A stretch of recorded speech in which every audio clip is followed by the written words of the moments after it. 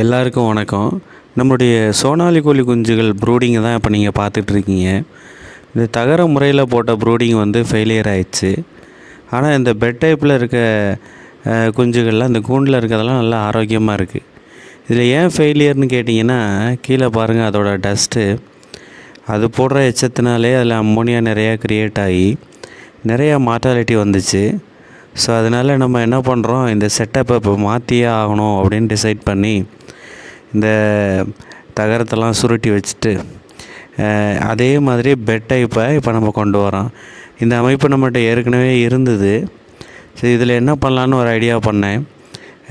Centring கம்பிகள் நம்மகிட்ட இருந்தது, அதை வெட்டி எடுத்துகிட்டு போய் வெல்டிங் பண்ணுறவங்ககிட்ட கொடுத்து இதில் வந்து நம்ம இந்த பெட்டுக்கு வந்து கால் ரெடி பண்ணுறோம். இப்போ வெல்டு பண்ணி இப்போ நீங்கள் பற்ற வைக்கிறத பார்த்துட்ருக்கீங்கள, இதுக்கு மொத்தம் 4 கால் இல்லைங்க, 5 கால் ரெடி பண்ணுறோம்.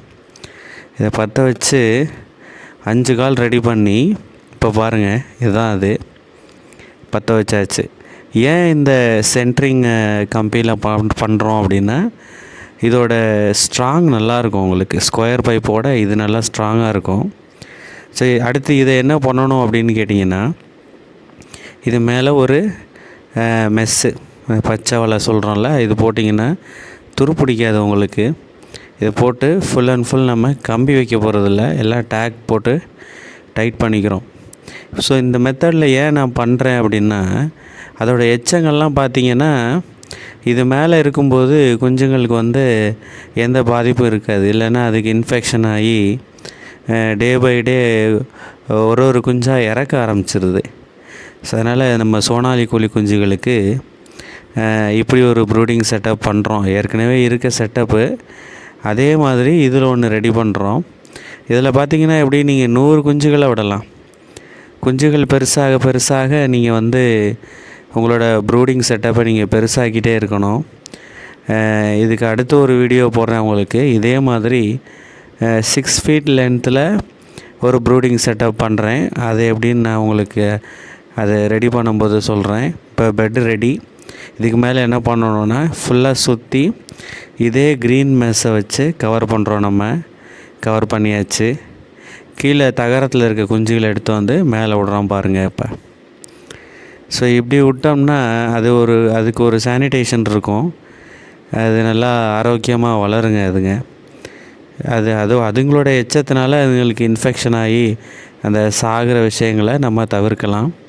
ஸோ ப்ரூடிங் போடுறவங்க தரையிலேருந்து அட்லீஸ்ட் ஒரு 2 அடியாவது உயரத்தில் உங்களோட கோழி குஞ்சுகளை வச்சு போடுங்க. அதுதான் நல்லது.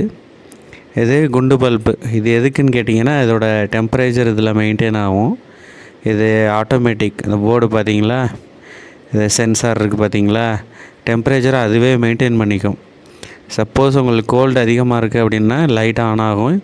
இப்போ டெம்பரேச்சர் அதிகமாக இருக்கவும் பாருங்கள், 32 டிகிரி ரீச் ஆன உடனே லைட்டை அதுவே ஆஃப் பண்ணிவிடும்.